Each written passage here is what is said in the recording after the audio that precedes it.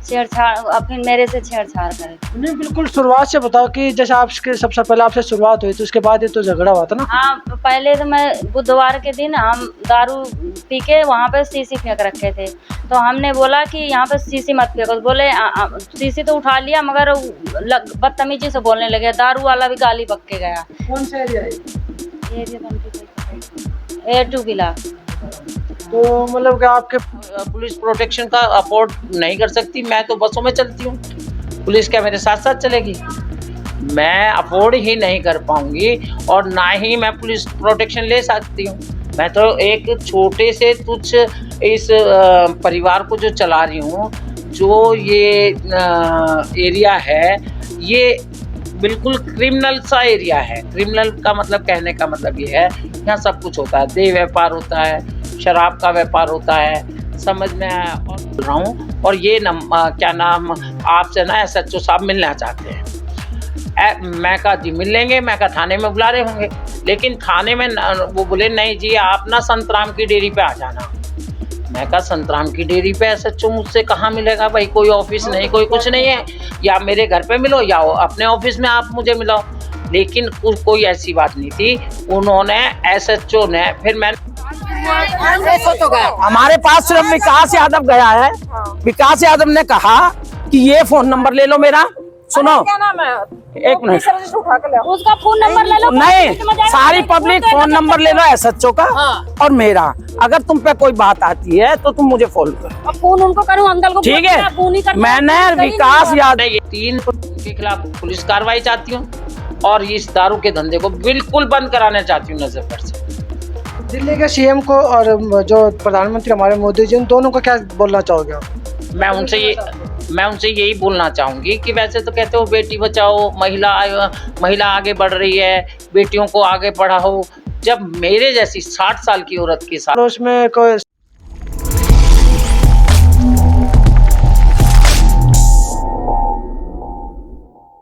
नमस्कार, मैं विजय कुमार पुनिया, आपका हमारे चैनल पर स्वागत है। और बढ़ते हैं खबर की तरफ। खबर है नजफगढ़ की। नजफगढ़ का एरिया एक बहुत बड़ा एरिया है जहां पे काफ़ी लोग रहते हैं और धर्मपुरा के अंदर एक कॉलोनी आती है। कॉलोनी के बारे में पूरी जानकारी ये महिलाएं आपको देंगी। और ये 2 महिलाएं हैं। प्रधानमंत्री, देश के यशस्वी प्रधानमंत्री मोदी जी कहते हैं सबका साथ सबका विकास और महिला की सुरक्षा की बहुत बड़ी बड़ी बातें भी करते हैं, लेकिन नजफगढ़ के अंदर खुद महिलाएं अपनी सुरक्षा के लिए, अपने बच्चों की सुरक्षा के लिए और दूसरी महिलाओं की सुरक्षा के लिए आगे निकल कर आई है और गलत काम को दबाने के लिए निकली है, संघर्ष भी किया है। पूरी जानकारी, पूरा मामला क्या है, इन्हीं से जानते हैं और इन्हीं से पूछते हैं, क्योंकि एक महिला तो यहाँ पे ये भी है जो एक प्रधान भी है इस कॉलोनी की और इनके हाथ में बहुत सारे पेपर्स है, कागजी कार्रवाई में एक्सपर्ट है। मोस्टली तो मैं देखने में यही आता कि जो भी प्रधान होते हैं किसी भी कॉलोनी के, ज़्यादातर जो जेंट्स होते हैं, लेकिन यहाँ पे एक महिला प्रधान है और महिलाओं की आवाज़ भी उठाती है। मतलब इनके एरिया में कोई भी व्यक्ति अगर इनकी इससे मदद मांगने के लिए आता है तो इनसे जितना होता है अपनी स्ट्रेंथ के अनुसार उनकी हेल्प करने की कोशिश करती है। और अगर थाने में जाने के बाद है तो थाने तक भी जाती है। तो जानते हैं पूरा मामला क्या है। जो शुरुआत हम इन्हीं से करते हैं, क्योंकि सारा मामला इन्हीं से शुरुआत हुआ था। क्या नाम है मैडम आपका? क्या सर हुआ था, मेरे आदमी को मारने के लिए आए थे, छेड़छाड़, अब फिर मेरे से छेड़छाड़ करे। नहीं बिल्कुल शुरुआत से बताओ कि जैसे आपके सबसे पहले आपसे शुरुआत हुई तो उसके बाद ये तो झगड़ा हुआ था ना। हाँ, पहले तो मैं बुधवार के दिन हम दारू पी के वहाँ पे शीशी फेंक रखे थे, तो हमने बोला कि यहाँ पे शीशी मत फेंको, तो बोले शीशी तो उठा लिया मगर बदतमीजी से बोलने लगे, दारू वाला भी गाली बक के गया। कौन सा एरिया है? A2 बिला। तो मतलब कि आपके पड़ोस में कोई शराब पी के बोतल फेंकी और आपसे बदतमीजी करके चला गया। बदतमीजी करा, फिर दारू वाला जो ठेका वाला वो गाली बका, फिर यहाँ पे 100 नंबर बुलवाई गई। 100 नंबर की भी कोई सुनवाई नहीं करा। अच्छा, ये मामले अक्सर होते रहते हैं, पहली बार हुआ? नहीं, अब हमसे तो पहली बार ही करके गया।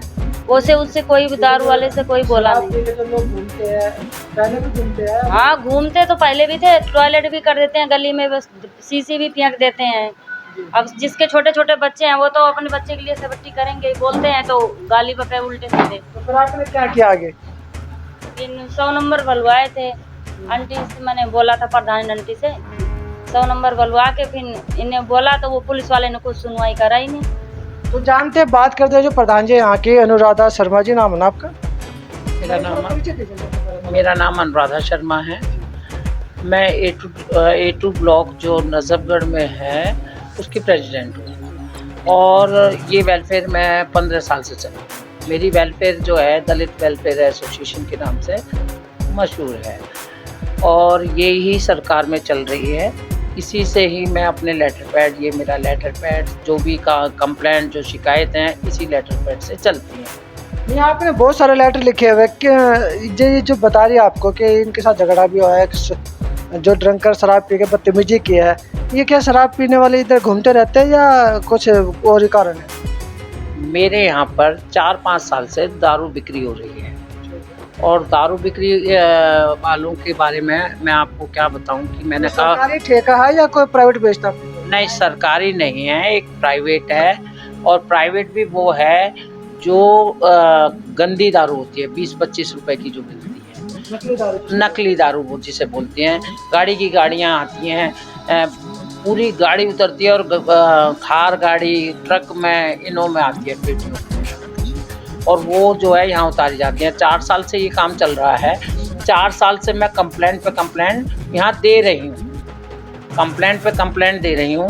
मैंने सब SHO, DCP, LG, प्रधानमंत्री और महिला आयोग, कोई ऐसी जगह नहीं है जहाँ पर मैंने इसकी शिकायत नहीं। तो रिस्पॉन्स कुछ आया नहीं आया? कोई रिस्पांस नहीं, सिर्फ कागजों में रिस्पांस है। LG ने भी अपनी रिस्पांस डाल दी है, पुलिस ने भी अपनी RTI में बता दी है, LG ने भी बता दिया है, प्रधानमंत्री ने भी बता दिया है, लेकिन काम करने वाला कोई नहीं है, ना पुलिस वाले, ना कोई कुछ, ना SDM है। ये जो है LG का है, महिला आयोग का मुझे बस ये कह दिया गया कि आपको ना एक पुलिस प्रोटेक्शन आपको दे दी जाती है। आपने तो मांगी नहीं है पुलिस प्रोटेक्शन, तो मुझे ज़रूरत ही नहीं है, मैं एक गरीब औरत हूँ, मैं पुलिस प्रोटेक्शन का अफोर्ड नहीं कर सकती। मैं तो बसों में चलती हूँ, पुलिस क्या मेरे साथ साथ चलेगी? मैं अफोर्ड ही नहीं कर पाऊँगी और ना ही मैं पुलिस प्रोटेक्शन ले सकती हूँ। मैं तो एक छोटे से तुच्छ इस परिवार को जो चला रही हूँ, जो ये एरिया है, ये बिल्कुल क्रिमिनल सा एरिया है। क्रिमिनल का मतलब, कहने का मतलब ये है, यहाँ सब कुछ होता है, देह व्यापार होता है, शराब का व्यापार होता है, समझ में आया। और 3 लड़कियां तो यहाँ से भाग चुकी हैं, जिसकी वजह से मैंने ना कहा कि भाई गेट लगा दो यहाँ पे, और गेट आज तक नहीं लगवाए। तो गेट के एप्लीकेशन लगाई थी आपने? गेट की एप्लीकेशन मैंने SDM को लगाई थी और SDM ने मुझे परमिशन भी दे दी थी, जो मेरे पास है परमिशन, और 3 गेट लगाने के लिए पुलिस को कह दिया था। हाँ, और उसमें रामवीर SI जो था उस मीटिंग में शामिल था और सभी MCD के अधिकारी शामिल थे जब SDM ने वो मीटिंग ली। अब भाई इनको ज़रूर से ज़रूर इनके गेट लगाए जाएं, क्योंकि ये बहुत ज़्यादा दुखी है। अच्छा, जब इनके साथ बदतमीजी हुई उसके बाद आपने क्या किया? ये जब इनके साथ बदतमीजी हुई, मारपीट हुई, तो ये पड़ोस के 4 लोग मेरे पास भागे हुए आए। अगर हमारे साथ ना बदतमीजी हो रही है, मैं कहा कौन है, कौन? महिलाएं आई थे, जेंट्स भी साथ उनके? महिलाएं आई थी, हाँ महिलाएं आई थी, और उन 4 ने इतनी परेशान हो रही थी कि उनके मैं आपको बता नहीं सकती, सबके कपड़े उनके उतरे हुए थे, और क्योंकि सब एक दूसरे को छुड़ाने में, और हथियार लैस थे।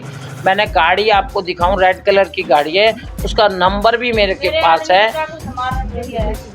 मेरे पास जो है रेड गाड़ी में 5 बदमाश आए इनको मारने के लिए। उस दिन मैंने और मुझे चैलेंज करके गए कि तुझे गोली से मार दूंगा, और मुझे बार बार ये चैलेंज करते हैं, अब भाई गोली से मार दूंगा। मैं कहा पता नहीं आप हथियार लैस थे, पर हथियार लैस थे, रेड कलर की गाड़ी थी और उसमें आए थे। फिर उसके बाद जो है मैंने उसे समझा दिया, भैया शराब अब नहीं बेचने दूंगी, अब नहीं बेचने दूंगी, अब सब लेडीज़ इकट्ठी होंगी और तेरे खिलाफ करेंगे, क्योंकि तू लेडीज़ के ऊपर हाथ उठाने लगा और उनके साथ बदतमीजी करने लग गया है। और शराब की हिम्मत बढ़ गई, कहने का हिम्मत बढ़ गई, क्योंकि लोगों ने उसका ऑब्जेक्शन नहीं उठाया। और अब जब इनकी जवान लड़कियां होने लग गई हैं, बच्चे बड़े होने लग गए हैं, तो अब उनको ऑब्जेक्शन हो रहा है कि भाई दारू यहाँ नहीं बिकनी चाहिए, और उसमें खड़े होकर बाथरूम कर रहे हैं। पैंट खोल के, उसी में ही दारू पी वहीं फेंक दिए, किसी के घर के सामने, किसी के कुछ। बहुत गंदी शराब जिससे आदमी मर सकता है। ऐसा क्रिमिनल एरिया जो है नहीं देखा। पुलिस कार्रवाई क्यों नहीं करता? आपके एरिया का बीट ऑफिसर भी होगा, एसएचओ भी होंगे। हाँ, मेरे यहाँ पे मैंने एसएचओ को भी फ़ोन करा। एसएचओ बल्कि 100 नंबर पे बोला कि यहाँ पर एक औरत की इज्जत पे वार कर रहे हैं दारू बेचने वाले, और दूसरी बात है वो दारू नहीं बेच रहे हैं, वो हमला भी कर रहे हैं और हथियार लेस हैं। एसएचओ ने वहाँ आके सिर्फ दारू देखी, ये नहीं देखा कि भाई किसी के साथ क्या हुआ, क्या कोई कपड़ा। फिर उसके बाद विकास यादव आया जो यहाँ का बीट अफसर है, उसने कहा कि मेरा फ़ोन नंबर ले लो, जब भी कोई आपको शिकायत हो तो मुझे बता दें। नहीं, मैंने 5-6 बार विकास यादव को 6 दिन तक फ़ोन करती रही, और 6 दिन तक उसने एक भी फ़ोन का कॉल का जवाब नहीं दिया। और मैंने खुद देखा कि वो दारू वाले के सामने, दुकान के सामने खड़ा हो गए और मेरे सामने दारू लेके गए हैं। तो ये पुलिस इसमें शामिल है। पुलिस साहब ने कोई हेल्प नहीं की? कोई हेल्प नहीं है, आज तक नहीं करी। और एक बात बताऊं, एसएचओ साहब की एक गलती बताती हूं। अब मुझे नहीं पता एसएचओ साहब की गलती है या नहीं है, लेकिन मैं आपको एक रीज़न बता रही हूं कि मेरे पास एक एसआई का फ़ोन आया कि आप मुझे जानते हो, मैं आपकी कैमरे को चेक करने के लिए आया था और मैं एसआई बोल रहा हूँ, और ये क्या नाम आपसे ना एसएचओ साहब मिलना चाहते हैं। मैं कहा जी मिल लेंगे, मैं कहा थाने में बुला रहे होंगे। लेकिन थाने में वो बोले नहीं जी आप ना संतराम की डेयरी पे आ जाना। मैं कहा संतराम की डेयरी पे एसएचओ मुझसे कहाँ मिलेगा भाई, कोई ऑफिस नहीं, कोई कुछ नहीं है, या मेरे घर पे मिलो या अपने ऑफिस में आप मुझे मिलो। लेकिन कोई ऐसी बात नहीं थी। उन्होंने एसएचओ ने, फिर मैंने यही कहा कि आप एकता मॉडल स्कूल पे आ जाओ, मेरे नज़दीक है, मैं आपसे मिल लूँगी। अब मुझे नहीं पता कोई गुंडे का फ़ोन था, एसआई का फ़ोन था, एसएचओ का फ़ोन था, तो इस तरीके से तो मुझे कहीं भी बुला के कोई मार सकता है। कोई भी। आप गए नहीं मिलने? मैं गई मिलने, लेकिन कोई मिला ही नहीं। संतराम डेयरी पे? नहीं, मैं एकता मॉडल स्कूल पे गई थी। उनको मैंने रेफरेंस एकता मॉडल स्कूल का दिया कि आप एकता मॉडल स्कूल पर आ जाओ और मुझसे मिल लो। और मैं अपने बेटे के साथ एकता मॉडल स्कूल पे मिलने गई, कोई नहीं आया। बोले कि जी एसएचओ का रूट चेंज हो गया। तो रूट चेंज हो गया? हाँ, और मेरे पास वो कॉल है और नंबर है, उन कॉलों के नंबर हैं जिन कॉलों से मेरे पास फ़ोन आया था, और वो मैंने निकाल के देखा है कि वो वाकई में ही पुलिस वालों के फ़ोन थे। हाँ, इसीलिए मैं गई, क्योंकि मेरे पे वो ये ट्रू कॉलर जो है ना, इस पे नाम आ जाता है, तो नाम आ जाता है उसमें, नंबर पे नाम आ गया, इसलिए मैं मिलने गई। अगर कोई अदर नंबर होता तो नहीं मिलने जाती। अच्छा, जब थाने में गए थे आप 3 दिन पहले कई महिलाओं को लेके, तब आपके साथ क्या मतलब व्यवहार हुआ, बात सुनी या नहीं सुनी गई थी? उस पर हर 2 मिनट के बाद मैं आपको वीडियो अभी बीच में डाल रहा हूँ, देख सकते हैं आप, देख ले। कहाँ है वो औरत तेज? मेरे आदमी को पिछले अभी 4-5 दिन, सुनो पहले पूरी बात सुन लो। 5 दिन पहले इसके घर में घुसे वो 4 गुंडे, ठीक है। उसके बाद मैंने ना उनसे ये कहा भाई तू यहाँ दारू मत बेच, क्योंकि तू औरतों की इज्जत पे हाथ डालने लग गया है। मेरे खुद पर ठीक है। खींचा है। इसके छाती को भी खींचा। कंप्लेंट में 100 नंबर पे यही कंप्लेंट थी, 100 नंबर पे, बिल्कुल है। एसएचओ साहब भी गए। जिसके पास कॉल थी उसका नाम बताओ मुझे। हमारे पास कोई गया ही नहीं, हमारे पास सिर्फ विकास यादव गया है। विकास यादव ने कहा कि ये फोन नंबर ले लो मेरा। सुनो, क्या नाम है? एक मिनट, उसका फोन नंबर ले लो। नहीं, सारी पब्लिक फोन नंबर ले लो एसएचओ का और मेरा। अगर तुम पे कोई बात आती है तो तुम मुझे फोन करो। अब फोन उनको करूं, अंकल को ठीक है। फोन ही करना। मैंने विकास यादव को 5 दिन तक कॉल करती रही।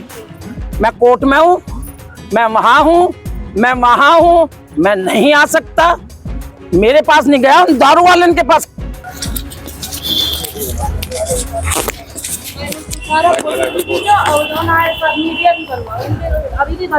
सारी मीडिया भी बुलाऊंगी।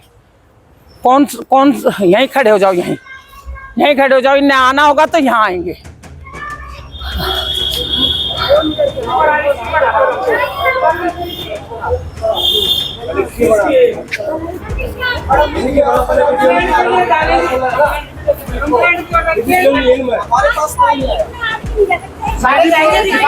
इतना ना आदमी लगे हथाया कर देंगे।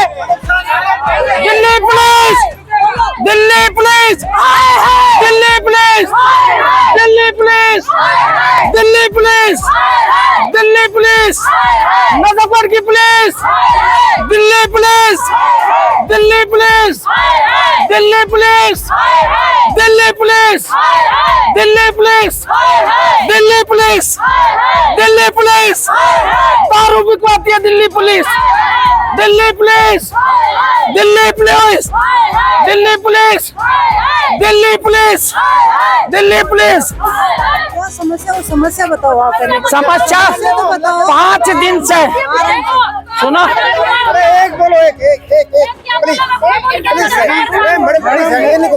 आराम से बोलो। 5 दिन से कंप्लेंट हो रही है दारू की। यहाँ करिए। हाँ, नजफगढ़ थाने में। और अजय कुमार भी SHO वहाँ गए हैं। आज मेरे आदमी को 3 दिन से पहले धमकी दे रहे थे, अब जो है रॉड, चक्कू, पिस्तौल इनके सर पे लगा के और दुकान पे आप उसका घर को जानते हैं? हैं? जिसके घर में दारू बिकती है। मैंने सबसे कह दिया, दारू दिखा दी, मेरे पे वीडियो है, सारी पुलिस में दे दी, सब पुलिस में दे दिया, सब लिख रखा है। मुझे 4 दिन का बताओ ना क्या करा, अभी ऐसा तो सर नहीं है, मिलवा देंगे। मुझे ये बताओ 4 दिन से करा क्या? हम मर जाते। अपनी इन वीडियो को किस तरह से थाने में गए थे और इनके साथ थाने में जाने के बाद क्या बातें होती है वो भी जानकारी लेते। जब आप थाने में गए थे तो क्या हुआ था? 2 मिनट के बाद 2 लेडीज आई। 2 लेडीजों ने मुझसे पूछताछ करनी शुरू कर, जो वीडियो में मैं उन्होंने नाम ही नहीं बताया, नेम प्लेट ना वर्दी ना कुछ, सिविल ड्रेस में 2 लेडीज थी। ना नाम बताया, ना ये बताया कि मैं करूँगी क्या, बस ये कहा SHO है नहीं और हम कुछ कर नहीं सकते। ठीक है, आपका IO कौन था? अब इसी बीच कम से कम 6 IO आए, SI थाने के अंदर, बार बार टॉर्चर कर रहे कि आपने कंप्लेंट पहले दे रखी है, आपने कंप्लेंट पहले दे रखी है, आपने कंप्लेंट पहले दे रखी है। फिर मैंने अपनी फाइल मंगाई और सारी कंप्लेंट उनको दिखाई कि मैंने कंप्लेंट कहाँ कहाँ दे रखी है, और RTI दिखाई कि RTI में आपने मुझे क्या क्या जवाब दिया है, कैसे कैसे आपने जवाब दिया है कि यहाँ पे शराब का धंधा होता है, लेकिन हमने मुकदमा दे दिया है। और मुकदमा देने से वो शराब बिकनी बंद थोड़ी ना हुई है। पुलिस शराब बंद करा सकती है, मुकदमा देने से क्या होगा? 2 दिन में फिर छूट के आ जाएंगे, मुझे मारेंगे, तुझे मारेंगे, और क्या करेंगे? ये है।